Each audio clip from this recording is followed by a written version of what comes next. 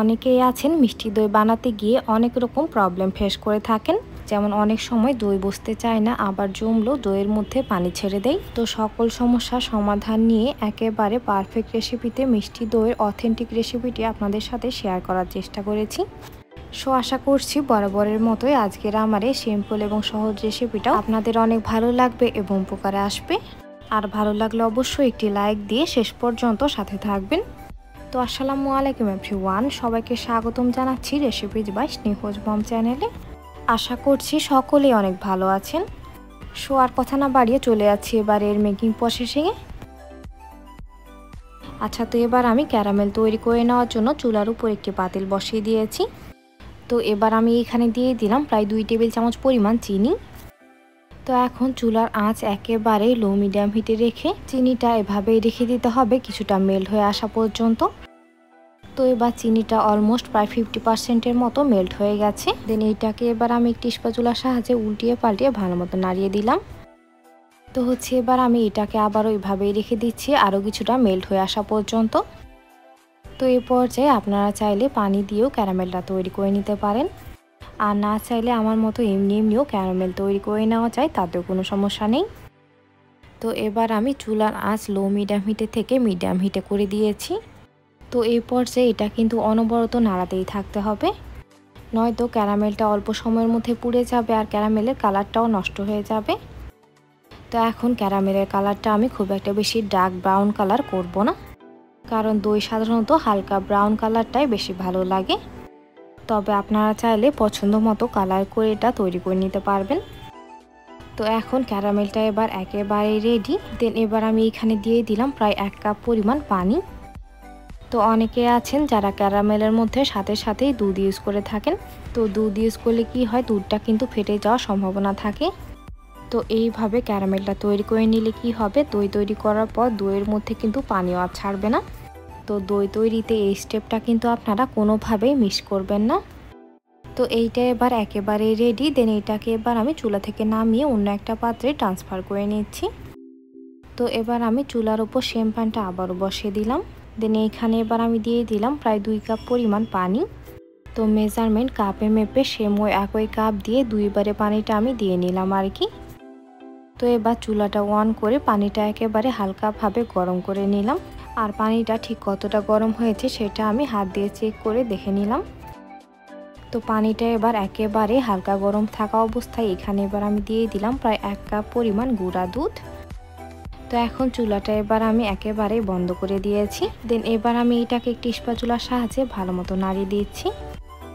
আর এইটা এমনভাবে নাড়িয়ে নিতে হবে যেন এর মধ্যে কোনো লাম্পস না থাকে। তো এর মধ্যে লাম্পস থেকে গেলে এটা কিন্তু দলা পেকে যাওয়ার সম্ভাবনা রয়েছে, তাই এটাকে অনবরত নাড়িয়ে চাড়িয়ে ভালো মতো মিশিয়ে নিতে হবে। তো এইটা এবার আমার একদম ভালো মতো মিশিয়ে নেওয়া হয়ে গেছে। দেন এবার আমি চুলাটা অন করে দিলাম। তো আমরা যেহেতু এইখানে গুঁড়া দুধ ইউজ করেছি আর দুধটা এমনিতেই ঘন আছে, তাই এইটা খুব একটা বেশি সময় নিয়ে জাল করে নেওয়ার কোনো প্রয়োজন নেই। তো এইটাকে জাস্ট 5 মিনিটের মতো ভালো মতো জাল করে বলক উঠিয়ে নিলেই হয়ে যাবে। আচ্ছা, এইখানে আপনারা চাইলে গুঁড়া দুধের পরিবর্তে লিকুইড দুধও ইউজ করতে পারেন। সেক্ষেত্রে 1 লিটার দুধ জাল করে হাফ লিটার করে নিতে হবে। তো এখন এবার আমি দুধটা প্রায় 3 মিনিটের মতো ভালো মতো জাল করে নিয়েছি। দেন এবার আমি এখানে দিয়ে দিলাম প্রায় হাফ কাপ পরিমাণ চিনি। তবে চিনিটা আপনারা চাইলে নিজের পছন্দ অনুযায়ী কমিয়ে অথবা বাড়িয়ে অ্যাডজাস্ট করে দিতে পারবেন। তো এবার আমি চিনিটা দিয়ে নেওয়ার পর এটাকে এবার আমি আবারও প্রায় 2 মিনিটের মতো ভালো মতো জাল করে নিচ্ছি। আর এর মাঝে এটা কিন্তু অবশ্যই ভালো মতো নাড়িয়ে চাড়িয়ে জাল করে নিতে হবে। আর প্যানের গায়ের মালাইগুলো উঠিয়ে নিতে হবে, তাহলে দুধটা আরও বেশি ঘন হয়ে যাবে। তো এইখানে 1 কাপ গুঁড়া দুধের জন্য সর্বোচ্চ 3 কাপ পরিমাণ পানি ইউজ করা যাবে। তো এইখানে আমি 2 কাপ পরিমাণ পানি ইউজ করেছি আর ক্যারামেলের মধ্যে 1 কাপ পানি ইউজ করেছি। তো এই মেজারমেন্টগুলো মাথায় রেখে আপনারা দইটা তৈরি করবেন, তাহলে দইটা খেতে অনেক বেশি মজা হবে। তো এইটা এবার একেবারেই রেডি। দেন এটাকে এবার আমি চুলা থেকে নামিয়ে হালকা ঠান্ডা করে নিচ্ছি। আচ্ছা, তো এখন এবার আমি এখানে নিয়ে নিয়েছি প্রায় 100 গ্রাম পরিমাণ দই। আর দইটা আমি এইভাবে স্ট্রেনারে রেখে দিয়েছিলাম প্রায় 2 ঘন্টার জন্য। আর এতে করে এর মধ্যে এক্সট্রা পানিটা ভালো মতো ঝরে গিয়েছে। তো দই বীজটা আপনারা অবশ্যই একটু ভালো দেখে আর ভালো মানের নেওয়ার চেষ্টা করবেন, তাহলে দইটা খেতে অনেক বেশি টেস্টি হবে। আর দইয়ের মধ্যে যেন একটুও পানি না থাকে সে বিষয়ে লক্ষ্য রাখতে হবে। তো এখন দইটাকে এবার আমি একটি হ্যান্ডউইচের সাহায্যে ভালো মতো ফেটিয়ে নিচ্ছি। আর এইটা যত বেশি ভালো মতো ফেটিয়ে নেবেন দইটা কিন্তু ততটাই বেশি পারফেক্ট হবে। তো এইটা এবার আমি প্রায় 2 থেকে 3 মিনিটের মতো ভালো মতো ফেটিয়ে নিচ্ছি। তো যখন দেখবেন দইটা একেবারে ক্রিমি টাইপের হয়ে যাবে আর এর মধ্যে কোনো লাম্পস থাকবে না, তখন বুঝবেন এটা একদম ভালো মতো ফেটিয়ে নেওয়া হয়ে গেছে। তো এইটা এবার আমি অলমোস্ট প্রায় 2 মিনিটের মতো ভালো মতো ফেটিয়ে নিলাম। তো এবার আমি আমাদের আগে থেকেই জাল করে রাখা দুধটা এখানে প্রায় হাফ কাপ পরিমাণ এর মধ্যে দিয়ে দিলাম। আর এই পর্যায়ে দুধটা কিন্তু হালকা গরম আছে। তো দুধ আর দই একসাথে ফেটিয়ে নিলে কি হবে, দইটা একেবারে স্মুথলি ব্লেন্ড হয়ে যাবে। তো এইটা এবার আমি আবারও প্রায় 1 মিনিটের মতো ভালো মতো ফেটিয়ে নিলাম আর এইটা এবার একেবারেই রেডি। তো এখন জাল করে রাখা দুধটা এবার আমি একটি হ্যান্ডউইচের সাহায্যে ভালো মতো নাড়িয়ে ঠান্ডা করে নিচ্ছি। আর এইটা এইভাবে নাড়িয়ে নেওয়ার কারণে কি হবে, দুধের মধ্যে অনেকগুলো বাবলস তৈরি হবে আর এই বাবলসগুলো দইয়ের ওপরে থাকবে আর দইটা দেখতেও সুন্দর লাগবে। তো এইটা এবার আমি নাড়িয়ে অনেকটাই ঠান্ডা করে নিয়েছি।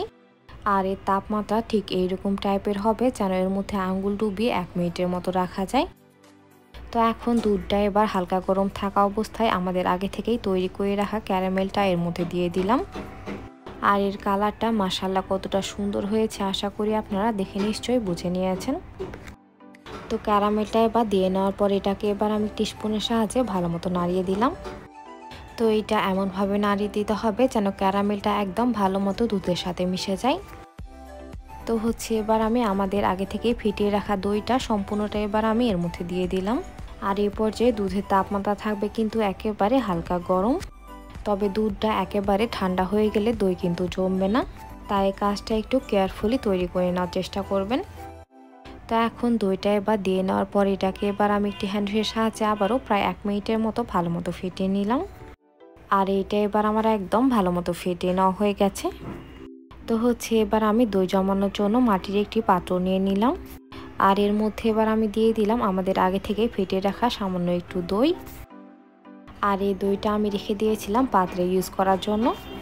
তো আপনারা যে পাত্রে দই বসাবেন এইরকমভাবে এটাকে লাগিয়ে নেবেন, তাহলে দইটা সুন্দর মতো জমে যাবে। তো এবার আমি একটি স্পুনের সাহায্যে পাত্রের চারপাশে দইটা সুন্দরভাবে লাগিয়ে নিলাম, তবে আপনারা চাইলে এই কাজটা হাত দিয়েও করে নিতে পারবেন। তো এবার আমি এর মধ্যে দিয়ে দিলাম আমাদের আগে থেকে তৈরি করে রাখা দুধ এবং দইয়ের মিশ্রণটা। তো সম্পূর্ণটাই আমি এর মধ্যে ঢেলে দিলাম। তো এখন এবার আমি কম্বলের ওপর একটি পাত্র নিয়ে নিয়েছি। দেন এবার আমি দইয়ের পাত্রটা এর মধ্যে বসিয়ে দিলাম। তো এখন এবার আমি এর ঢাকনাটা লাগিয়ে দিলাম আর ঢাকনায় থাকা ছিদ্রটা আমি একটি কাগজের সাহায্যে বন্ধ করে দিলাম। তো এইটাকে এবার আমি কম্বল মুড়িয়ে রেখে দিলাম সারা রাত্রের জন্য। আর এর মাঝেই দইটা কিন্তু একেবারে অথেন্টিক ওয়েতে সুন্দরভাবে জমে যাবে। তো এখন এবার আমি ফিরে আসলাম ঠিক পরের দিন সকালে। আর দইটা আমি ফ্রিজে প্রায় 2 ঘন্টার মতো রেখে ভালো মতো সেট করে নিয়েছি। আর দইটা এতটাই ভালো মতো জমে গিয়েছে যে পাত্র উল্টিয়ে দিলেও দইটা কোনোভাবেই পড়বে না। তো আপনাদের যদি মনে হয় যে দই কোনোভাবে জমছে না, তো আপনারা গরম পানির মধ্যে পাত্রটা দিয়ে প্রায় 10 মিনিটের মতো ভালো মতো স্টিম করে নেবেন, তাহলেই দেখবেন দইটা একেবারে পারফেক্টলি জমে যাবে। তো দইটা এবার আমি কেটে দেখিয়ে দিলাম যে এটা মাশাআল্লাহ কতটা সুন্দরভাবে জমে গিয়েছে। আর দইয়ে কিন্তু একটু আর পানি ছাড়েনি। তো এরই মাঝে তৈরি হয়ে গেল অসম্ভব মজাদার মিষ্টি দই। সো ভিউয়ার্স, রেসিপিটি ভালো লাগলে বাসায় একবার অবশ্যই ট্রাই করবেন। তো আজকের মতো এখানেই বিদায় নিচ্ছি। এতক্ষণ সাথে থাকার জন্য অসংখ্য ধন্যবাদ। আল্লাহ হাফিজ।